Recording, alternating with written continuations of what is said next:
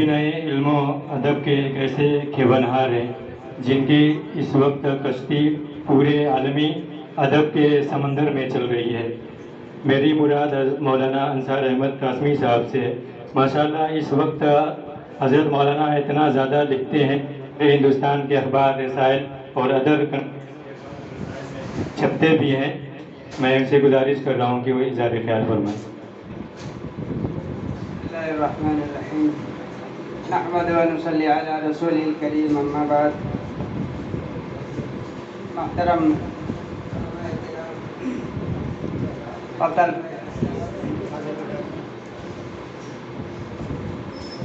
معروفی educational foundation میں پہلی بار آنے کی سعادت حاصل ہوئی، اور یہاں آ کر طلباء کے اندر جو حوصلہ ہے، جو آگے بڑھنے کی امنگ ہے، جو جوش اور جذبہ ہے، اس کو دیکھ کر اس خوشی میں اور اضافہ ہوا۔ اللہ تعالیٰ ان کے حوصلوں میں اور توانائی عطا فرمائے اور ان کے مقاصد میں کامیابی عطا فرمائے۔ دوسری طرف معروفی ایجوکیشنل کے احباب مبارکباد کے لائق ہیں کہ 2015 میں اس کی بنیاد ہوئی، سنگ بنیاد رکھا گیا، اور ماشاءاللہ 6 سال کا عرصہ گزر گیا، اور اب تک الحمدللہ یہ رو بترقی ہے اور کامیابی کی منزلیں طے کر رہی ہے۔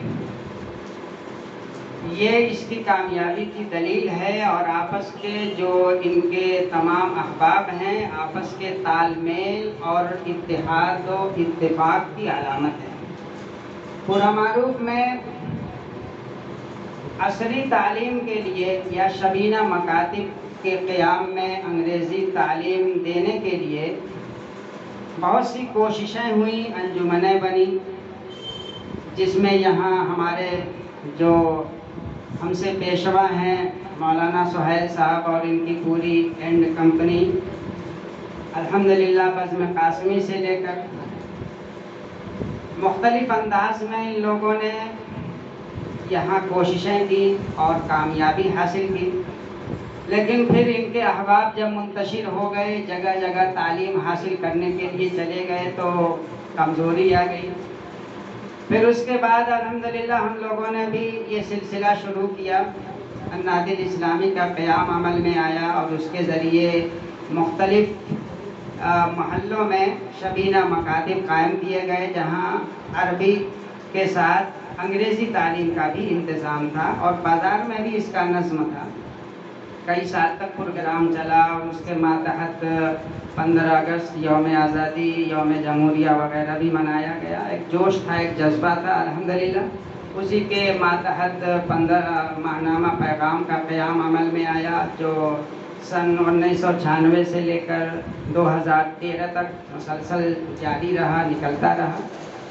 تو اب اس کے بعد جب ہمارے اندر کچھ کمزوری آ گئی، ہمارے احباب کچھ ادھر ادھر ملازمت کے لیے چلے گئے، تدریس کے لیے چلے گئے، کوئی کہیں مدرس بن گیا، کوئی کہیں ناظم صاحب بن گئے، کوئی کہیں اور اونچے عہدے پر چلے گئے، تو ماشاءاللہ اب یہ تیسری نسل، تیسری پیڑھی دیکھ کر بہت خوشی ہوتی ہے کہ ہم سے پیش رو جو تھے، انہوں نے جو چراغ جلایا تھا، اگرچہ اس کی لو مدھم تو ہو گئی، لیکن ختم نہیں ہوئی۔ اور یہاں اور یہ تینوں پیڑھیاں ماشاءاللہ یہ تمام وہ لوگ تھے جو دارالعلوم دیوبند سے فراغت شدہ تھے، فارغ تھے، ان لوگوں نے یہ کام کیا۔ حالانکہ یہاں اور بھی تعلیم یافتہ لوگ ہیں، اسکول اور کالج کے پڑھے ہوئے ہیں، لیکن انہوں نے صرف اپنی جیب بھرنے کے لیے ذاتی طور پر ٹیوشن شروع کیا۔ اجتماعی طور پر کبھی انہوں نے اس کے بارے میں نہیں سوچا اور اس کی تحریک نہیں کی۔ اس لیے ابھی بھی بہت سی جگہوں پہ ماشاءاللہ ٹیوشن پڑھا رہے ہیں لوگ، لیکن جو اجتماعی تعلیم کے اندر ایک نظم و ضبط ہے، اور جو پروگرام ہوتا ہے، جو طلباء کی حوصلہ افزائی ہوتی ہے، اور میں نے جو ان کا یہ پمفلیٹ دیکھا، جو اس کے اندر مستقبل کے جو عزائم ہیں اور خاص طور سے جو ان کے اندر انسانیت کی ایک فکر ہے، سوچ ہے، اور لاک ڈاؤن کے دوران ان لوگوں نے جو فلاح و بہبود کے لیے مذہب و ملت کی سطح سے اوپر اٹھ کر تمام مستحقین کی جو مدد کی، 2.5 لاکھ 3 لاکھ روپے خرچ کیے،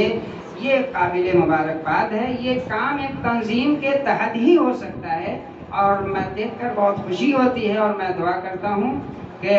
اللہ تعالیٰ اس کے اندر اور استحکام عطا فرمائے اور ترقی عطا فرمائے۔ یہ صرف ایک جگہ یہ اس کام کے کرنے کی ضرورت نہیں ہے، کوشش ہونی چاہیے کہ ہر محلے میں اس کی شاخ قائم ہو اور ہر جگہ اس کا تعلیمی نظام ہو، تو انشاءاللہ کام آگے بڑھانا چاہیے، پیچھے کی طرف نہیں دیکھنا ہے۔ اللہ تعالیٰ اس کو جتنا کام ہو رہا ہے اس کے اندر مضبوطی عطا فرمائے اور آگے کے راستے کو اور کھول دے، ترقی عطا فرمائے۔ سارے لوگوں کو جو شرکاء ہیں، طلباء میں سے جو پڑھانے والے ہیں اور جو اس کے کارکنان ہیں، سب کو